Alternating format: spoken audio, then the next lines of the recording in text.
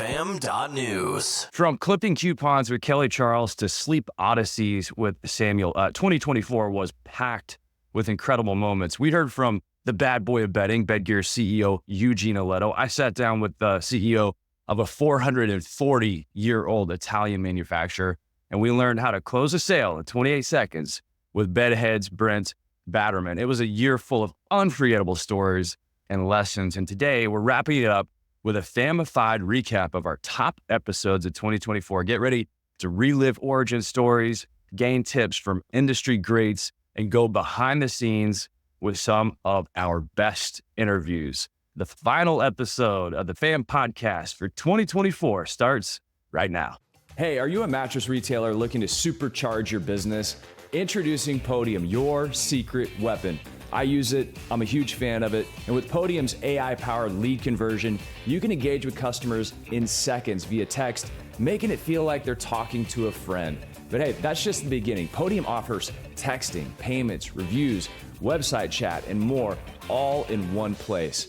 You've got to be the most responsive retailer to help customers solve those sleep problems in the moment. Harness the power of Podium today and start growing your business. Visit podium.com right now to learn more. Welcome to the FAM podcast with Mark Kinsley. This is where the best in the betting business get even better. Culture is what you create or what you tolerate. Yeah. And in creating the big mattress outlet culture, what are some of the things that stand out to you about the culture? Like the signals you send off that says this is who we are, the things you do that send off signals that say this is who we are. So our number one thing is a culture of empathy, certainly with one another, but ultimately our customer that walks in the store is why we're all here. So that's our number one focus. And everybody says they focus on their customers. So just saying that is nothing unusual.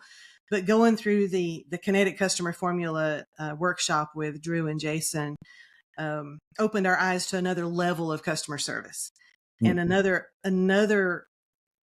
ability that we probably were able to tap into to help customers from a standpoint that speaks to them in a way that they don't get anywhere else when they go in a store. And you can't encapsulate that in one conversation here, but it really is a lesson in empathy where when people come in, you're connecting with them on another level rather than salesperson client level. If I spend money on education, it's equally as important, because if I drive traffic to a store or I drive awareness to the category and our retail salespeople are not in a place where they can actually talk about the product intelligently, I waste my money on advertising to drive to retail. So we had no choice. But when I look at my career 30 years ago, what differentiated me wasn't my personality.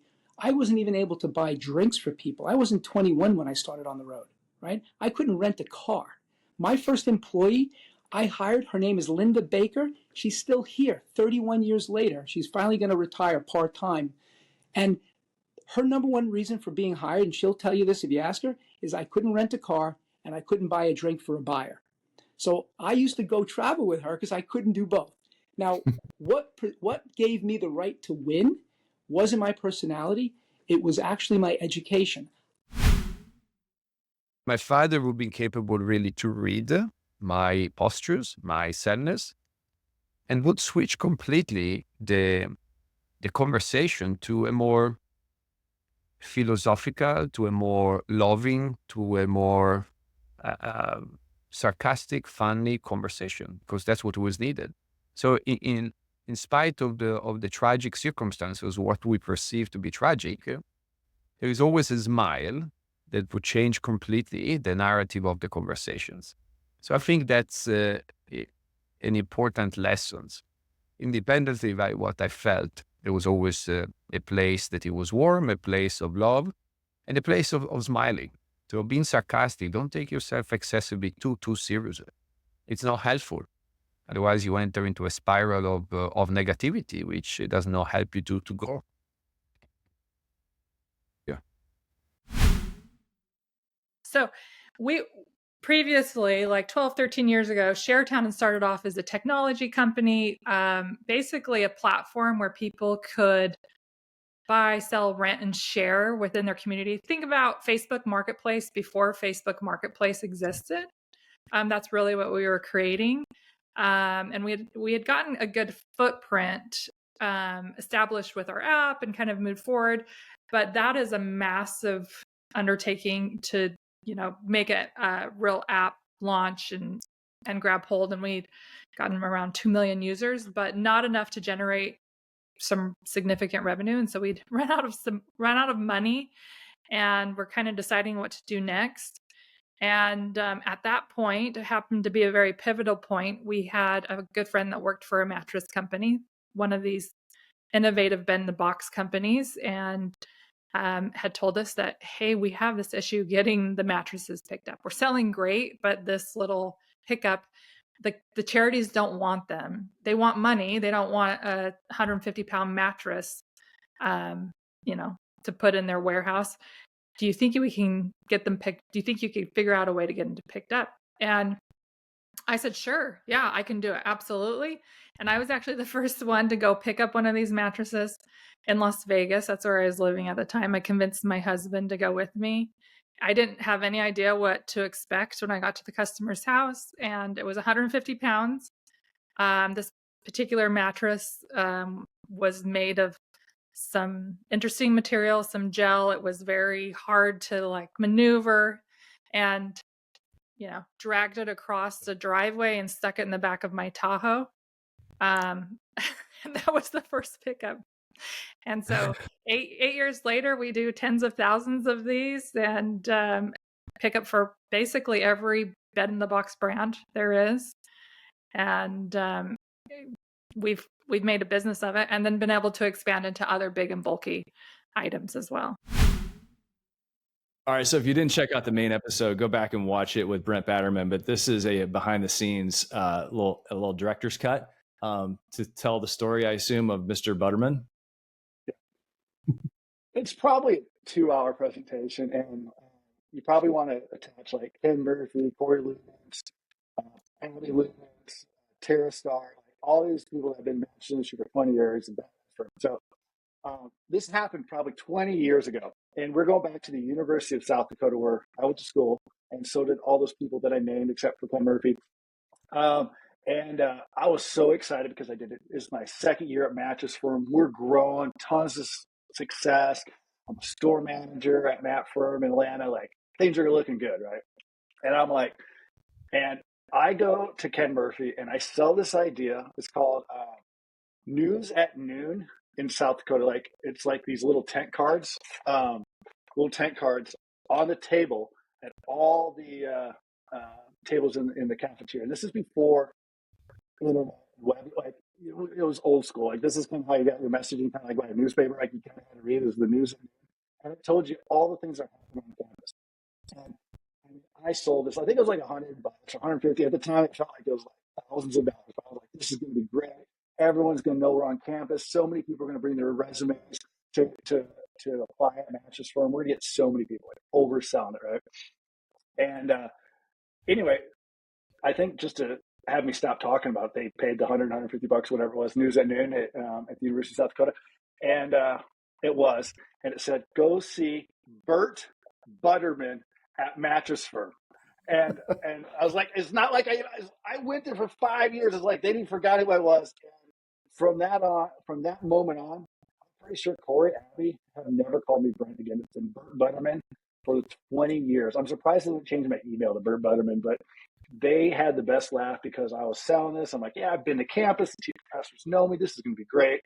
And they forgot about me the day I left. It was heartbreaking. It was funny. And so you're not the first person to call me something different than that. Did they print it on purpose to really to gig you and give you a hard time, or this was we got it wrong? We didn't know. I think they just got it wrong. It's I always forgot. Yeah, for sure.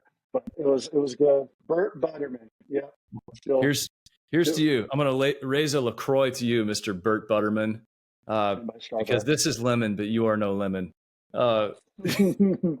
Hey, if you, I'll give you 10 points to anybody that goes up and says, "Nice to meet you, Mr. Butterman," at Sleep Summit, because you're going to be speaking on the main stage.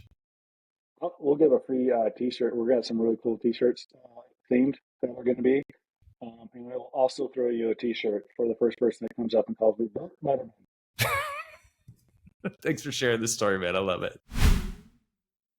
We got to get dialed into the steps. So, a confused mind doesn't buy. Right. And so clarity in this process, I think, goes a long way. So when you walk in, you have 5 different steps That's that right. people go through. So this is the very first step. So take us through step 1. I'll be your guinea pig. Okay, so step 1 is basically find your comfort. If we can find a customer's comfort, then we can really make the shopping process much, much easier, eliminating about 2/3 of the showroom and just make it super simple on them. So typically we try to do step 1 and step 2 in junction. So step 1 is find your comfort, and we know that the pillow is about 25% of the sleep surface. So finding the right pillow can greatly affect the comfort that you get as well. So typically we will get their sleep position, find the comfort of mattress they like, and then grab the right height of pillow that they need based on those factors. So, Okay, so here on step 3, Yep. we're getting into the technology inside the mattress. Yeah, exactly. Coil foam hybrid. Right. So based on me liking the soft, you said it was going to narrow down about 2/3 of the floor. Right. Get rid of 2/3 of the floor. So then next we move on to step 4. So after that, after we found your technology,